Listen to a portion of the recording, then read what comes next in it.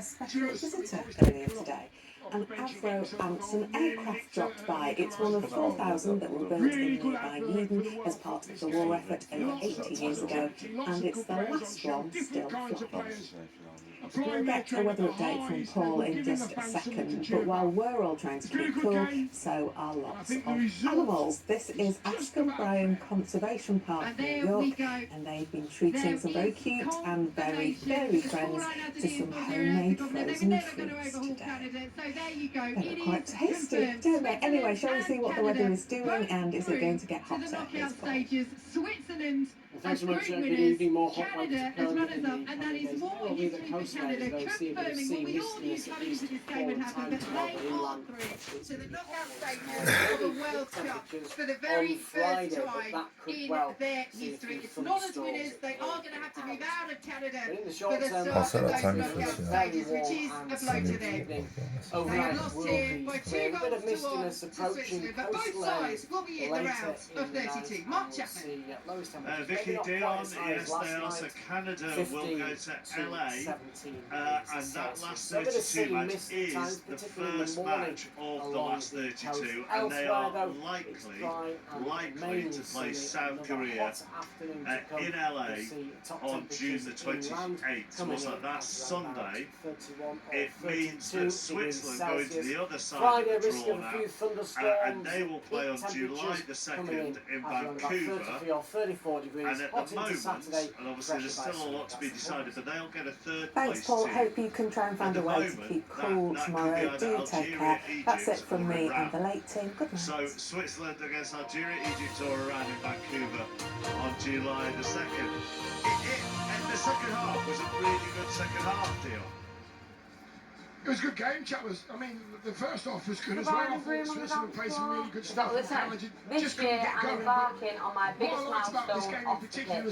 I'm getting married. Going to win the game. Nobody sat in at all. The wedding, the composure dresses. Come and spend 24 hours with me and my fiancé Joe as we get closer to our special day. He picked it up when he needed to. But Canada on the break, chappers, are very, very dangerous. They've got a very strong bench. And another 5-10 minutes, they probably would have got that equaliser. Left it too late. I think the result was about right. But yeah. Bosnia have beaten Qatar, so you would expect them to be going through as the third place side as well. And I'm following the bracket on the Athletic, which has percentages of where teams will end up if they finish third. I don't know if you're doing this as well, because it is quite convoluted. I have that they, well, when I say I have, I'm going to pass blame onto the Athletic.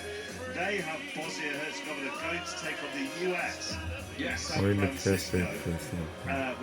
July. Yeah, well, we can pass the blame to the Athletic because the BBC Sport website is saying the same thing. So we can agree on that. Bosnia 3, Qatar 1. Bosnia set for the knockouts then for the first time in their history. The players really emotional at full time. Some of them collapsing to the floor, others going to hug one another. Looked like there was some players in tears as well. Historic day for them. The first half key, dominant. Ali Begovic scoring powerfully from range. Dzeko's cushion volley deflecting off, sorted out break for their second. Haydos got one back for Qatar before the break, but it was sealed when substitute Menic capitalised on a complete failure to clear the ball from Qatar on a corner. Talking of complete failures, Julian Lopetegui's deodorant, his beige shirt is soaked in darker circles of sweat, and he'll be under pressure as well, the Qatar manager. They sacked their last coach after the 2022 World Cup for failing to win a game. Same story 4 years on here, but it's Edin Dzeko hugging his coach, hugging the technical staff, the 40-year-old. Get a chance at the knockouts, you would imagine, because Bosnia have beaten Qatar in Seattle in the sun by 3 goals to 1. Thank you very much, Mike. Let's switch our attention from the football to the cricket. England have beaten the West Indies at the Women's T20 World Cup. Jeff Love.